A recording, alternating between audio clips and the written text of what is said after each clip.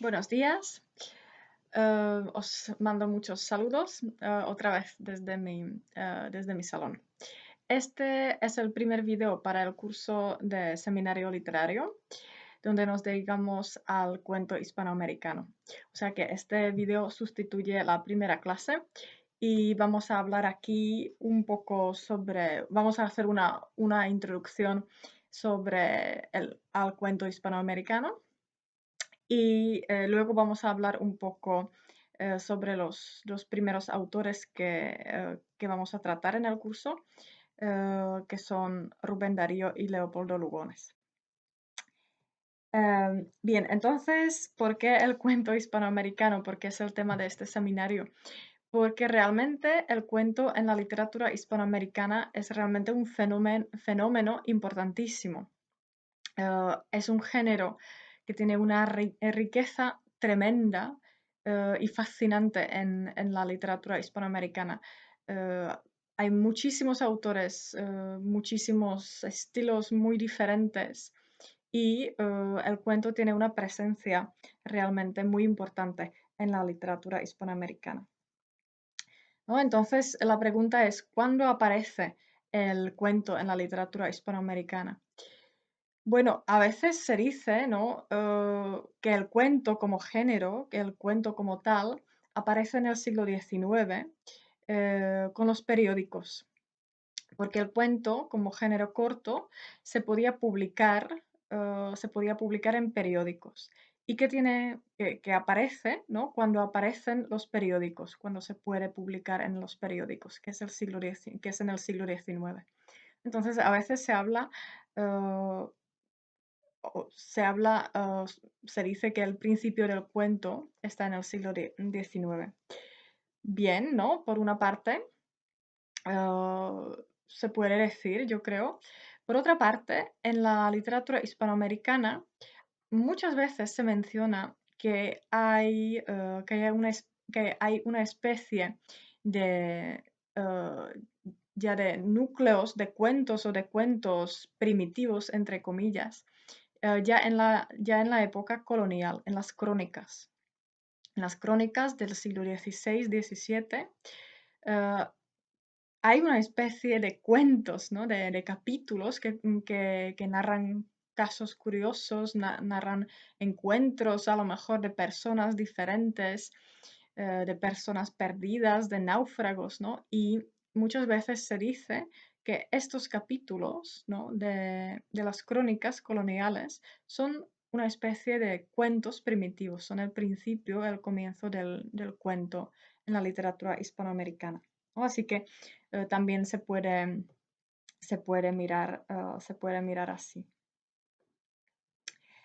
Am, Bien, los cuentos que vamos a tratar en este seminario eh, son cuentos modernos, ¿no? Empezamos con Rubén Darío y Leopoldo Lugones a finales del siglo XIX y luego vamos a ir vamos a pasar por todo el siglo XX y llegamos hasta el siglo XXI, la literatura actual, más o menos. Am, entonces, vamos a tratar primero autores modernistas como Darío, como Lugones. Luego vamos a leer muchos cuentos fantásticos, como cuentos de Felisberto Hernández o Adolfo Bioy Casares, Silvina Ocampo, etcétera. Vamos a ver también que para ciertos autores tiene especial importancia Kafka, ¿no? La influencia de Kafka. Esto se nota mucho en Ezequiel Martínez Estrada, ¿no? Y así vamos pasando por el siglo XX hasta llegar al boom, a los años 60. Vamos a leer a Cortázar, y luego ya vamos a ir avanzando hacia la literatura actual y vamos a leer a Cristina Peri Rossi y vamos a terminar el curso con un cuento de Roberto Bolaño. Así que vamos a ver que realmente hay una riqueza extraordinaria y que vamos a leer cuentos fantásticos, cuentos que no son fantásticos también, que tienen un estilo o una estética completamente diferente, ¿no? Eh, cuentos postmodernos, ¿no? Como los de Roberto Bolaño, por ejemplo. Bien, entonces, he pensado que creo que es bonito empezar este curso con un texto con un texto de Ricardo Piglia. Ricardo Piglia era un escritor argentino muy bueno, os lo recomiendo mucho. Autor, por ejemplo, de esta fantástica novela que se llama Respiración Artificial, que es maravillosa, me encanta, ¿no? Es un autor muy bueno. Y Ricardo Piglia tiene un breve texto de 5 páginas que se llama Tesis sobre el cuento. Es un texto publicado en los años 80, si no me equivoco. Y aquí Ricardo Piglia nos explica qué es un cuento, en qué consiste un cuento y ¿no? cuáles son las diferencias entre cuentos clásicos y cuentos modernos, por ejemplo, ¿no? Y cuáles estrategias o qué estrategias emplean autores diferentes, ¿no? El texto, este texto de Ricardo Piglia es gracioso, ¿no? Es ingenioso, está muy bien escrito y muy bien pensado, es muy interesante, ¿no? El texto empieza con una cita de Chekhov. Piglia dice que Chekhov en un cuaderno suyo dejó escrita una nota y la nota dice: un hombre en Montecarlo va al casino, gana 1 millón, vuelve a su casa y se suicida, ¿no? Esto es una nota que deja Chekhov escrita en su cuaderno. Y es una especie de núcleo de cuento, de un cuento posible, ¿no? Es un cuento posible, es un tema, ¿no? Es una historia, es un tema, ¿no? Entonces esto es fantástico porque es una idea maravillosa, ¿no? Porque es una paradoja, es paradójico, ¿no? Porque el hombre gana 1 millón, se hace un rico, se hace rico, perdón, y sin embargo vuelve a su casa y se mata, ¿no? Entonces, ¿por qué se ha matado si acaba de ganar 1 millón, ¿no? Debería más bien estar feliz, ¿no? Entonces, este tema es una paradoja, es un cuento posible y es una paradoja, ¿vale? Entonces, ahora, a partir de esta cita, Ricardo Piglia está desarrollando la idea y está pensando en qué consiste un cuento, ¿no? ¿Qué es un cuento y cómo se puede contar esta historia del hombre que gana 1 millón y luego se mata? Entonces, la primera tesis de Ricardo Piglia dice, un cuento siempre cuenta 2 historias, ¿no? Esto es fantástico. Un cuento nunca es una historia. En un cuento siempre están encerradas 2 historias al mismo tiempo, ¿no? La historia de ir al casino y ganar 1 millón y segundo la historia del suicidio, ¿no? O sea, ganar 1 millón y suicidarse, porque se ha suicidado el hombre, ¿no? Son 2 historias diferentes contadas en un texto. Entonces dice Piglia que un cuento clásico, como puede ser un cuento de Horacio Quiroga o de Edgar Allan Poe, cuenta la historia 1, o sea, la historia del casino, cuenta la historia del casino, y la historia 2, la historia de matarse uno a sí mismo, de suicidarse, la cuenta como secreta y deja la sorpresa para el final, ¿no? Al final del cuento se revelaría por qué se ha matado el hombre, ¿no? Esto sería, según Piglia, la estrategia clásica, ¿no? La estrategia clásica en un cuento clásico. Entonces, Piglia dice que, claro, el escritor, el cuentista, tiene que saber trabajar con esas 2 historias y tiene que saber trabajar con las 2 lógicas, porque cada una de las historias tiene su lógica, ¿no? Entonces tiene que saber trabajar con las dos historias que tienen sus lógicas y tienen sus causas, ¿no? Tienen que saber trabajar con las causas que tienen las dos historias. ¿No? Entonces, un cuento siempre encierra un relato secreto. Hay un relato secreto encerrado dentro del cuento. ¿No? Entonces, la pregunta es, ¿cómo contar esa historia secreta? ¿No? ¿No? Esa es la gran pregunta. ¿Cómo contar la historia secreta? Y Piglia dice que de esto depende la forma del cuento, ¿no? La forma del cuento depende de cómo el escritor decida contar la historia secreta. Y nos dice Piglia que hay muchas maneras de hacerlo. Por ejemplo, en un cuento moderno, como podría ser un cuento de Joyce, por ejemplo, se contarían las dos historias y el problema, la pregunta, por qué el hombre se ha matado, se ha suicidado, no se resolvería nunca, ¿no? Un cuento moderno lo dejaría sin resolver, lo dejaría abierto, ¿no? No se sabría, ¿no? No se hablaría de eso en el cuento. Luego dice, Kafka. Si Kafka escribe un cuento con este tema, haría otra cosa.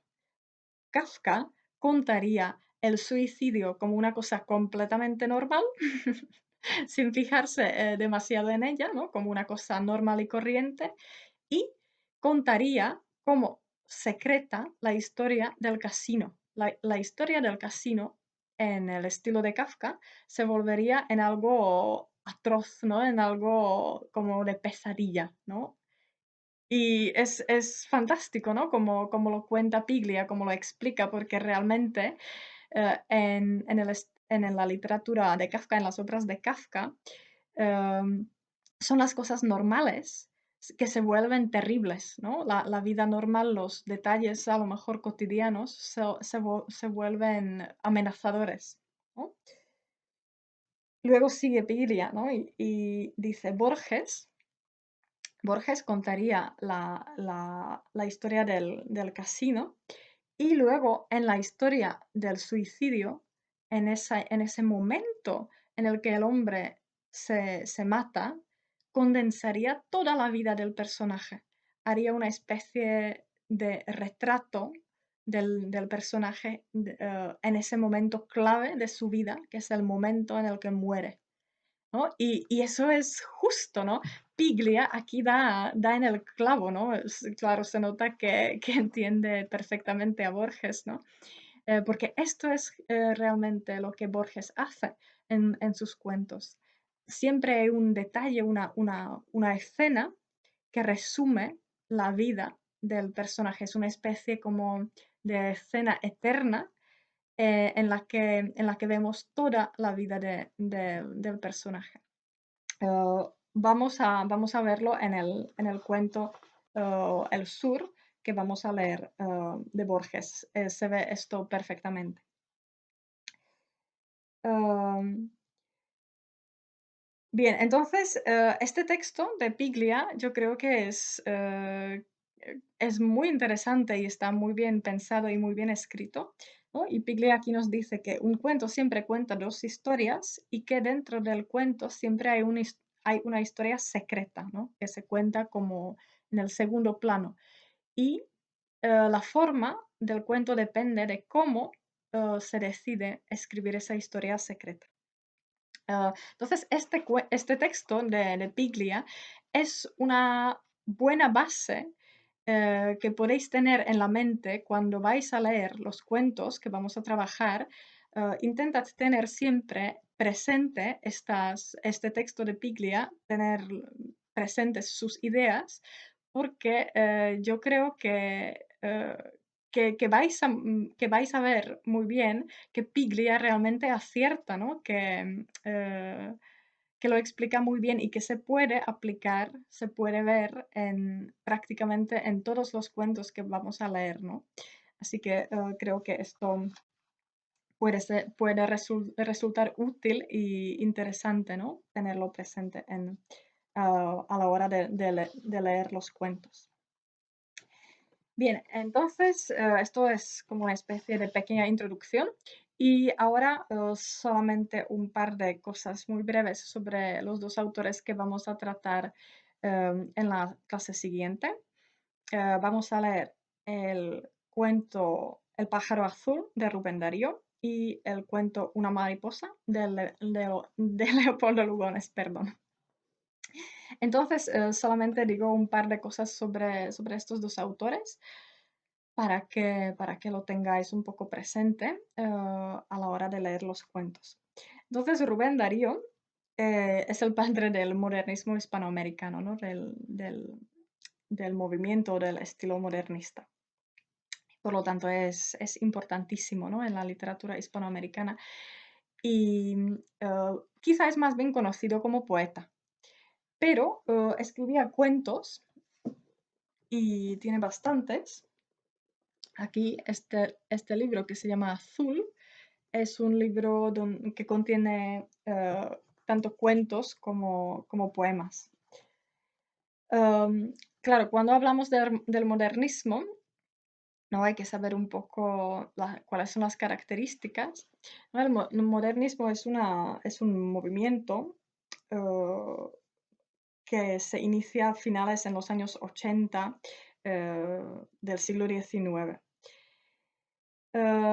Claro, es un movimiento que tiene todas las cosas, digamos, la estética típica, se podría decir, del fin del siglo, ¿no? Del fin del siglo XIX. Y claro, el modernismo hereda muchas cosas de otros movimientos, sobre todo de movimientos franceses, ¿no? Del simbolismo, del parnasianismo, hereda muchas cosas del romanticismo también. Claro, ¿qué busca? Busca la belleza. Es un estilo o movimiento muy estético, muy esteticista. Se habla de cosas bellas, ¿no? Muchas veces son palabras, ¿no? Que designan cosas bonitas, ¿no? Como oro, pájaros, jardines, ¿no? Eh, tiene que ver mucho con la música también. Busca la musicalidad, ¿no? De los versos y de las palabras. Y a veces se refiere a la música literalmente y temáticamente, ¿no? Eh,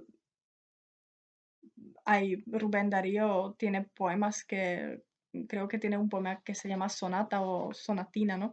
O sea, utiliza también muchas veces términos de música.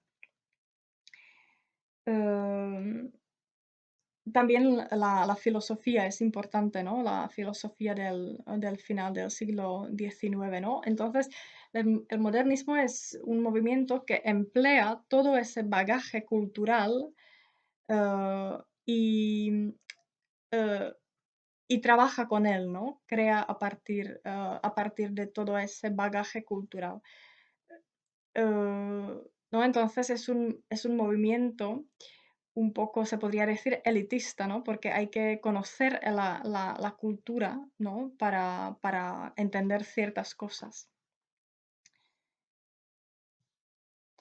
Em, Muy bien, ¿no? Entonces, Rubén Darío es el padre del modernismo, el autor por excelencia, ¿no? Del modernismo. Y vamos a leer el cuento El pájaro azul, ¿no? Entonces, en este cuento podéis ver, ¿no? Podéis buscar o mirar qué elementos modernistas hay, cómo se podría interpretar, ¿no? O cómo se puede ver la estética modernista en este cuento. También podéis pensar si tiene algo que ver con movimientos anteriores, por ejemplo, con el romanticismo. Yo creo que está bastante claro en el cuento, pero os lo digo para que podáis pensar en ello, ¿no? Al leer el cuento. Bien, y luego Leopoldo Lugones, un autor también muy, muy importante, muy interesante del final del siglo XIX y principios del siglo XX. em, También es quizá más conocido como poeta, aunque tiene muchos cuentos. Leopoldo Lugones era un personaje muy interesante. Tenía muchos intereses, ¿no? Se interesaba por la literatura, la música, pero también por las ciencias, ¿no? Física, biología, matemáticas. En algún lugar he leído que incluso llegó a hablar con Albert Einstein, ¿no? O sea, que era una persona muy culta, con mucha educación y que tenía muchos intereses, ¿no? Y el interés por la ciencia, por una parte, y luego también se interesaba por el ocultismo y el esoterismo, ¿no? Y eso es muy típico del final del siglo XIX, ¿no? El interés por la ciencia, ¿no? Que se está desarrollando mucho. Y por otra parte, el interés por el ocultismo, ¿no? Por los espíritus, los fantasmas, eso era muy típico a finales del siglo XIX. Entonces, claro, ¿por qué? ¿No? ¿Por qué aparece este fenómeno a finales del siglo XIX? Pues la respuesta quizá puede ser que fue una época en la que el mundo cambió muy rápidamente. La revolución industrial, la gente pierde los valores antiguos, la vida cambia mucho, ¿no? De repente hay más tecnología, eh, ¿no? Se desarrollan las ciudades, ¿no? Uno se lo puede imaginar un poco, claro, simplificando mucho la cosa, pero uno se lo puede imaginar un poco como que eh, muere o, ¿cómo decirlo? Desaparece un poco la vida antigua, ¿no? Del hombre en el campo, en la naturaleza, y viene la época más industrial, ¿no? Del hombre en las ciudades y en las fábricas, ¿no? Entonces, claro, se pierden los valores, se pierden las tradiciones, la gente pierde la fe y la gente empieza a buscar respuestas, ¿no? Respuestas a ese mundo, a, a las preguntas, ¿no? Que les da ese mundo que cambia tan rápidamente, ¿no? Entonces, sí se puede explicar ese interés masivo por el ocultismo a finales del siglo XIX. Y esto se ve muy bien en los cuentos de Lugones, ¿no? Esa mezcla del interés por la ciencia y del interés por el ocultismo, ¿no? Por los espíritus y fantasmas y cosas así, ¿no? Entonces, esto también yo creo que se ve muy bien en el cuento que vamos a leer y que se titula Una mariposa.